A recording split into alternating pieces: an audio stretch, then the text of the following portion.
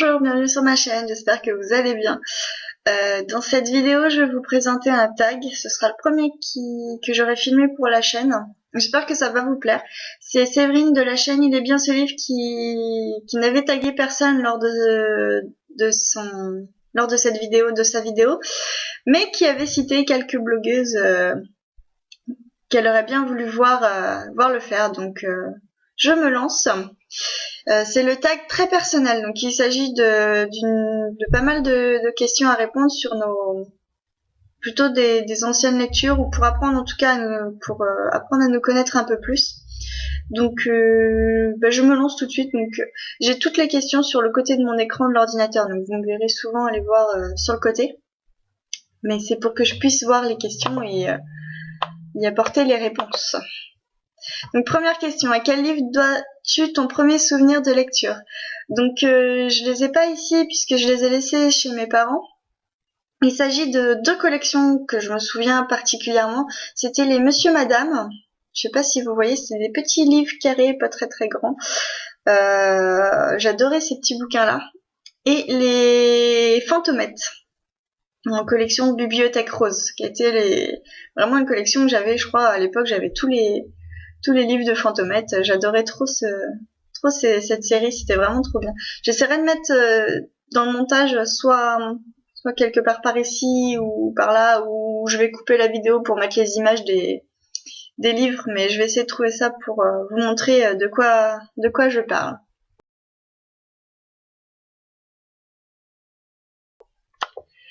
Question numéro 2.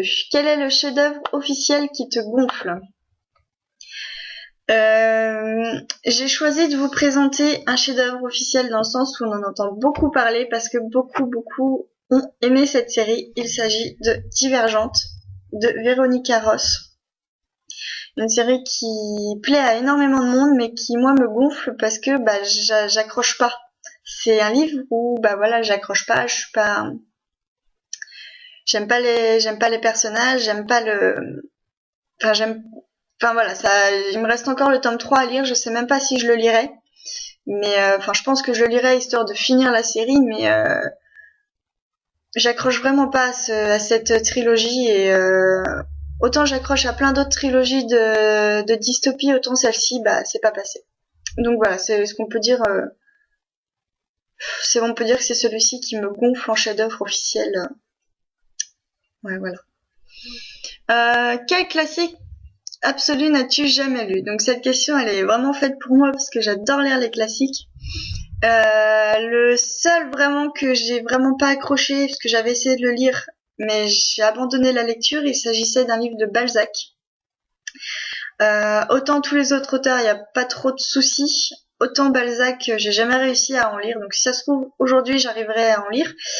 Mais en tout cas, à l'époque où j'avais commencé à lire ce livre-ci, ça ne l'avait pas fait. Et donc du coup, on peut dire que les romans de Balzac sont les classiques que je n'ai jamais vraiment lus. Voilà. Question numéro 4. Quel est le livre unanimement jugé mauvais que tu as honte d'aimer? Alors ça, il n'y en a pas parce que j'ai pas honte de mes lectures, tout simplement. J'ai aucune honte à avoir de ce que je lis, donc je peux pas répondre à cette question. Quel est le livre que tu as le sentiment d'être la seule à aimer? Ça, c'est pas très difficile. Il s'agit du tome 3 de l'épreuve de James Dashner, Le Remède mortel.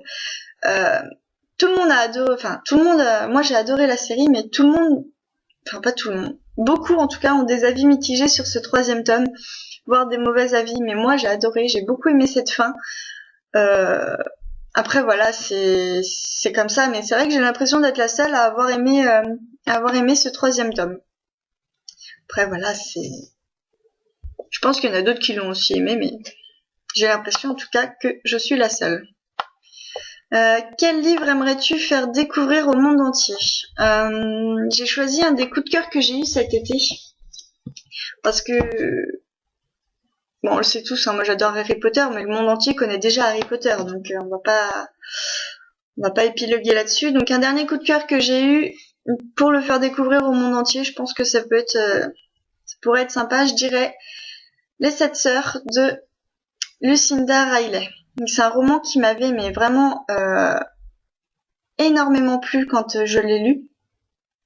C'est le livre qui m'a fait découvrir la maison d'édition, juste ici, la maison d'édition Charleston. Et depuis, j'ai envie de lire toutes leurs sorties parce que c'est vraiment des romans juste géniaux. Et pour ce roman-ci encore plus, j'ai adoré les personnages et surtout le personnage de Maya qui part à la découverte de son passé et qui va du coup partir jusqu'au Brésil, je crois, si je me souviens bien. Oui, jusqu'au Brésil. Et tout le mystère qu'il y a autour de ce père disparu, de ce père qui est décédé en laissant les filles, les 7 sœurs justement, avec des indices sur leur passé. Ça me donne juste envie de découvrir encore plus sur cette série et d'en apprendre encore plus. Et j'ai vraiment envie que tout le monde découvre cette série. Ce roman est vraiment juste magnifique. Voilà, il n'y a pas d'autre mot. Il est vraiment juste magnifique. Question 7. Quel livre ferais-tu lire à ton pire ennemi pour le torturer? Pour cette question, c'est un peu difficile parce que déjà, un pire ennemi, est-ce qu'il lit, est-ce qu'il lit pas? Donc déjà, s'il lit pas n'importe quel livre, ça pourrait être une torture pour lui. Ensuite, un livre qui pourrait être ennuyant, mais on n'a pas tous la même notion du mot ennuyant, donc je sais pas. Je ne sais pas du tout. Puisque rien que déjà moi, les livres que certains ont aimés, moi j'ai pas aimé, d'autres que j'ai aimés, certains ont pas aimé. Donc c'est vrai que c'est compliqué cette question, je ne sais pas du tout. Peut-être une de mes dernières lectures où ce serait une torture justement parce que c'est tout le temps. Du coup je l'ai pas pris parce que je viens de juste y penser. Meurtre pour rédemption de Karine Jebel. Une torture parce que c'est un vrai pavé de violence. Ouais, sinon je pourrais citer celui-ci. Où c'est tout le temps de la violence, de la violence, de la violence, de la torture physique, de la torture morale, c'est 1000 pages de torture, donc au pire celui-ci, parce que sinon je vois pas. Question 8.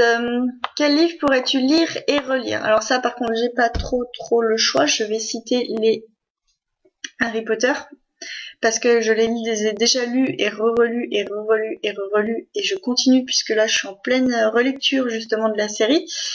Et donc il n'y a que ceux-là que je pourrais lire et relire et relire et relire tout le temps. Et de toute façon, on le voit, j'ai pris le pire au niveau de l'état. Comme quoi on peut voir qu'ils sont... Hop là, c'est tout tordu, tout... Voilà. À l'intérieur, ils sont même... je sais même pas si c'est dans celui-là ou dans un autre, ils étaient tachés parce que j'avais fait renverser des trucs pendant mes lectures. Enfin, c'est vraiment le pire, celui-ci, il est dans un état lamentable. Enfin bon, voilà.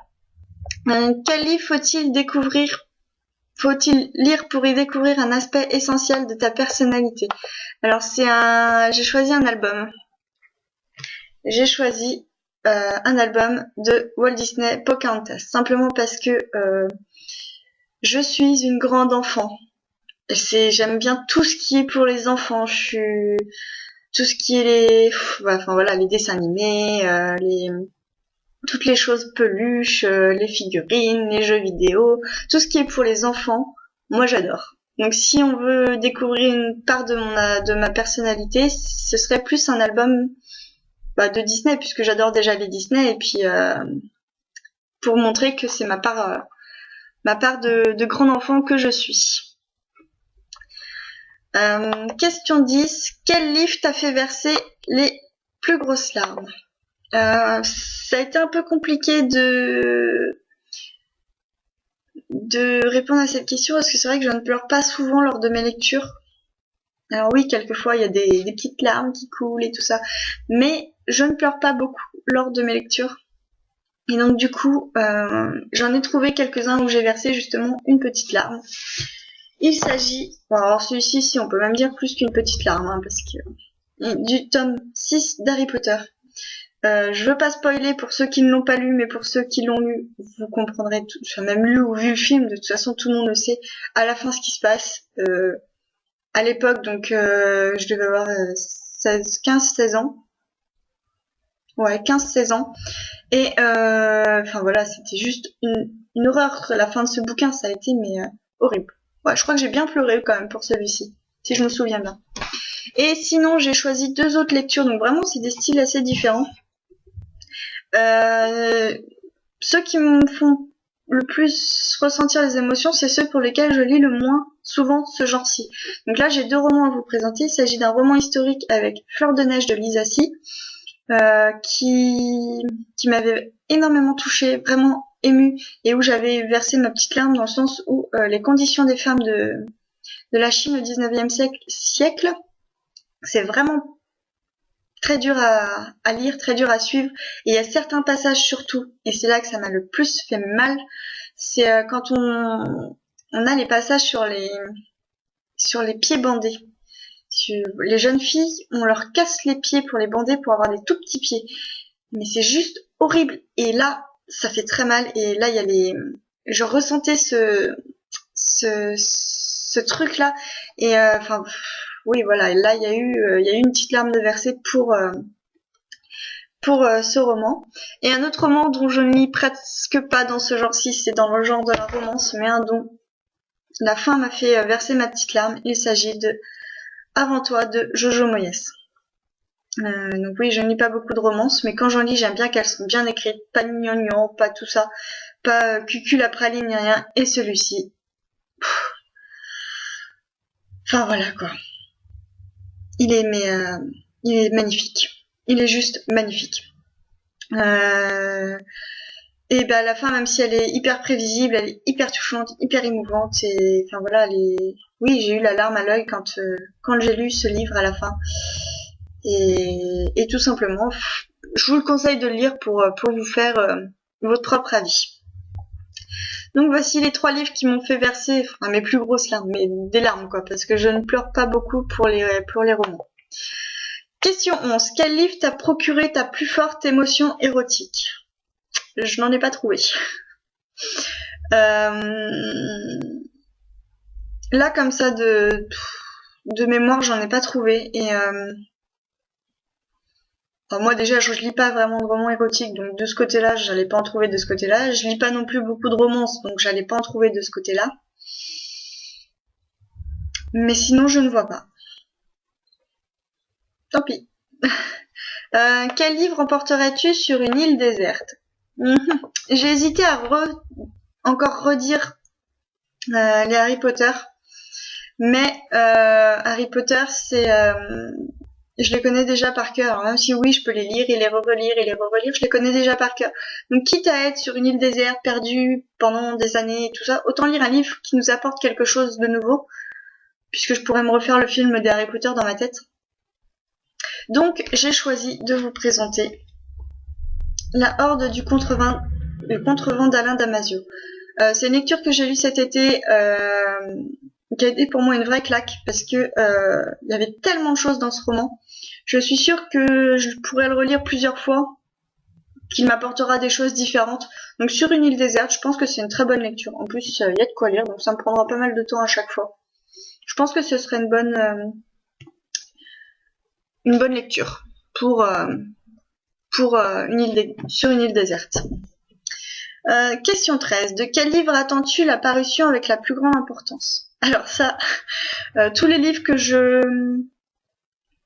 j'attends la parution sont déjà parus, ou alors ils sont dans ma pile à lire. Mais alors du coup, en tant que grande acheteuse compulsive, ils attendent dans ma pile à lire, que je n'ai toujours pas, donc je les ai toujours pas lus, ou alors ils sont déjà parus, je les ai toujours pas achetés. Donc du coup, c'est un peu bête comme question à répondre. Si on pourrait dire La patience du diable de Maxime Chatham qui devrait sortir en poche bientôt. Sinon, je ne vois pas trop ce que je pourrais dire. Non, je vois pas sinon, parce qu'ils sont déjà tous parus ou dans ma pile à lire. Donc là, pour le coup, j'en ai pas. Et dernière question, 14. Question 14. Quel est selon toi le film adapté d'un livre le plus réussi? Ça, c'est compliqué parce qu'à chaque fois, je trouve que le livre est toujours mieux adapté que le film. Non, le film est moins bien adapté par rapport au livre. Donc du coup, cette question a été assez difficile à répondre, mais je vais reciter un livre que j'ai cité au tout début, parce que j'ai préféré du coup, j'ai été beaucoup plus prise dans le film que par le livre que je n'ai pas aimé. Et donc il s'agit de Divergente.